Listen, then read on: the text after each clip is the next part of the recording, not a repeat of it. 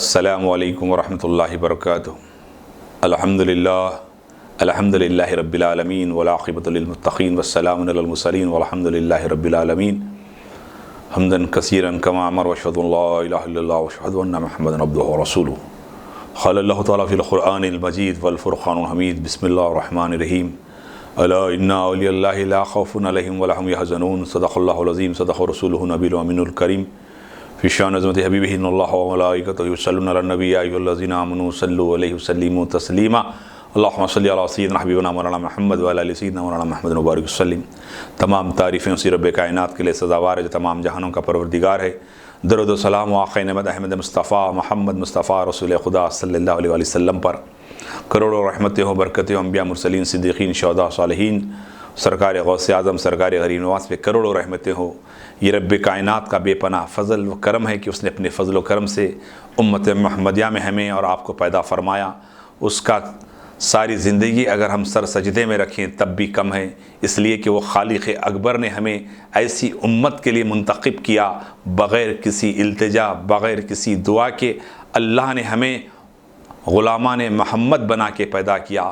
میں سمجھتا ہوں سارے عالم کی ساری دنیا کی کوئی ایسی سند، کوئی ایسی ڈگری، کوئی ایسا سرٹیفکیٹ نہیں ہے جو سرٹیفکیٹ میرے آقا صلی اللہ علیہ وسلم نے، پیارے آقا محمد رسول اللہ نے ہمیں اپنا غلام بنایا ہے، بلکہ آقا ہمیشہ غلام کو خریدتا ہے۔ ہمارا گمان یہ ہے کہ ہم امت میں پیدا ہوئے نہیں بلکہ محمد عربی صلی اللہ علیہ وسلم نے ہمیں انتخاب کر کر امت محمدیہ میں ہمیں شامل کروایا ہے۔ یہ اللہ اس کے رسول کا کرم ہے کہ ہم ایسی امت میں پیدا ہوئے ہیں۔ مسلمانوں، ہمیں فخر کرنا چاہیے کہ ہم اس نبی کی امت میں ہیں جس نبی کی امت میں پیدا ہونے کے لیے وقت کے نبیوں نے اپنے تاج نبوت کو ہٹا کر غلامی کا پٹا قبول دلوانے کے لیے اللہ سے دعا کی۔ ویسی نبی کی امت میں اور آپ اور ہم ہیں، ایسے ماحول میں ہم اپنے آپ کو فخر محسوس کریں کہ ہم اس نبی کی امت میں ہیں جس نبی کو اللہ نے شفاعت دی ہے۔ شافی محشر وہ ہیں، جام کوثر جو تقسیم کرنے والے وہ ہیں، اور ان کے آس پاس رہنے والی ذات کا نام حیدر کرار، فاتح خیبر، حضرت ابو تراب، علی ابن ابو طالب کرم اللہ وجہ الکریم رہیں گے، صدیق اکبر رہیں گے، عمر بن خطاب رہیں گے، عثمان غنی رہیں گے، حضرت مولا حسین رہیں گے، مولا حسن رہیں گے، اہل بیت کے جھرمٹ میں میرے آقا رہیں گے، اور سیدۃ نساء العالمین سیدہ طاہرہ بی بی فاطمہ سلام اللہ علیہا جن کے صدقے میں اللہ کئی کروڑ جہنمیوں کو جو ہے جنت کی طرح رواں کرے گا۔ اس نبی کی امت میں ہم اور آپ ہے جس نبی نے رات رات مصلی پہ کھڑے ہو کر امت کے لیے دعا کی۔ اس امت کی فکر میں آپ کے ہمارے خواجہ ہند کے راجہ سلطان الہند عطائے رسول خواجہ خواجگان، وہ رسول اللہ کے جو ہے نور نظر، وہ فاطمہ کے جگر، وہ حضرت علی کے خون جس کے رگوں میں ہیں، وہ مولا حسین کے چاہنے والے جنہوں نے کہا شاہ است حسین، بادشاہ است حسین، دین است حسین، دین پناہ است حسین کہنے والی ذات حضرت غریب نواز، جن کا عرس 811واں عرس شریف آج ہندوستان کی سرزمین پر منایا جا رہا ہے۔ وہ ہند کے راجہ جس کے دربار میں وقت کا وزیر اعظم اپنی جبین ٹیکتا ہے، وقت کا سلطان کوئی بھی ہو وہاں جبین ٹیکتا ہے، مغل بادشاہ ہو اولاد کی تمنا کرتا ہے، منت کرتا ہے، اولاد عطا ہوتی ہے۔ کیوں؟ حضرت غریب نواز کا آستانہ وہ آستانہ ہے جہاں رحمت خداوندی کا، رحمت کا ظہور ہوا کرتا ہے، اس لیے کہ جن کی زندگی اسلام کی شمع کو روشن کرنے میں لگی، جن کی زندگی اللہ رسول کے فرمان کو پھیلانے میں لگی، جن کی زندگی، جنہوں نے اپنی ساری حیات اپنے آپ کو جو ہے غلام محمد بنا کر امت کے حوالے کیا، امت نے انہیں اپنی آنکھوں کا سرما بنا کر، اپنے سر کا تاج بنا کر، اپنے نام سے اپنی غلامی کو غریب نواز کی غلامی میں جو ہے شامل فرما کر انہوں نے آج ہندوستان کی سرزمین پہ میرے آقا غریب نواز رحمۃ اللہ تعالی علیہ نہ آتے۔ بتاؤ اس علاقے میں کیا ماحول تھا؟ آپ اور ہم ذرے سے حکومت کے قوانین میں تبدیلی ہونے لگی تو لوگ بے چین و بے قرار ہونے لگے، دولت مند حضرات امریکہ کا رخ کرنے لگے، دولت مند حضرات کینیڈا کا رخ کرنے لگے، دولت مند حضرات ہجرت پہ مجبور ہو گئے۔ کیوں؟ قانون آ رہا ہے، کالا قانون آ رہا ہے، خطرناک قانون آ رہا ہے۔ ارے غریب نواز جب ہندوستان کی دھرتی پہ آئے کوئی پھولوں سے استقبال نہیں کیا گیا، کوئی آپ کو کارپیٹ بچھا کر استقبال نہیں کیا گیا۔ غریب نواز ان کے ساتھ وہ 40 فقراء کے ساتھ جن جن امتحانات سے وہ گزرے ہیں، آج کا کسی مسلمان پہ اتنا ظلم نہیں ہے۔ غریب نواز آئے ہندوستان پہ تو یہاں پر روحانی طور پر ڈسٹرب کرنے والے لوگ، جادوگروں کا بہت بڑا علاقہ تھا، بڑے بڑے جادوگر رہا کرتے تھے، بڑے بڑے جوتش رہا کرتے تھے، بڑے بڑے نقصان پہنچانے والے علم رکھنے والے تھے، لیکن غریب نواز وہ غریب نواز ہے۔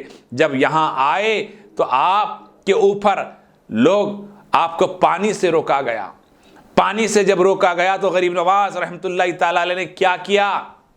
اپنے خادم کو کہا جاؤ پانی کو کہو، انا ساگر کو کہو کہ تمہیں معین الدین چشتی بلا رہے ہیں۔ تو جا کر خادم نے کہا اے پانی، اے انا ساگر، اے ساگر، تجھے معین الدین چشتی ہمارے پیر بلاتے ہیں۔ تو جیسے ہی یہ کہنا تھا اس مرید کے ہاتھ میں جو پانی کا جو ہے گھڑا تھا، سارا کا سارا دیکھتے ہی دیکھتے انا ساگر اس گھڑے میں آ گیا۔ سپاہی دیکھتے رہے کہ تھوڑی دیر پہلے لبریز تھا، ساگر لبریز تھا، لیکن انا ساگر ہے کہ فوراً ایک فقیر کے گھڑے میں چلا گیا۔ وہ گھڑا لے کر حضرت غریب نواز کے پاس جب مرید پہنچتے ہیں، سب وضو کرتے ہیں، پیتے ہیں، غسل کرتے ہیں، سارا علاقہ سوکھ گیا، ساگر سوکھ گیا، انا ساگر سوکھ گیا۔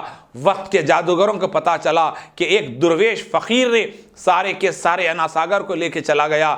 ادھر لوگ پریشان، جانور پریشان، بادشاہ پریشان۔ بادشاہ نے کہا جاؤ فقیر کو منوا کر پھر سے ذرا کچھ کمپرومائز کر لیا جائے۔ تو کچھ لوگ گئے، جا کر کہا دیکھو درویش مہاراج، ہمارے یہاں جانور بڑے پریشان ہیں، بیمار بڑے پریشان ہیں، عورتیں بڑے پریشان ہیں، بوڑھے لوگ پریشان ہیں، ان کا خیال کر کر آپ معاف کر دیں۔ تو غریب نواز نے کیا کیا؟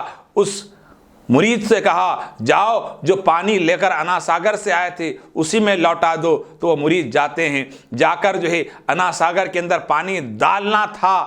دیکھنے والوں نے دیکھا کہ پانی پہلے زیادہ تھا، یہ اب زیادہ ہے۔ وہ کیسا اللہ پاور دیا تھا۔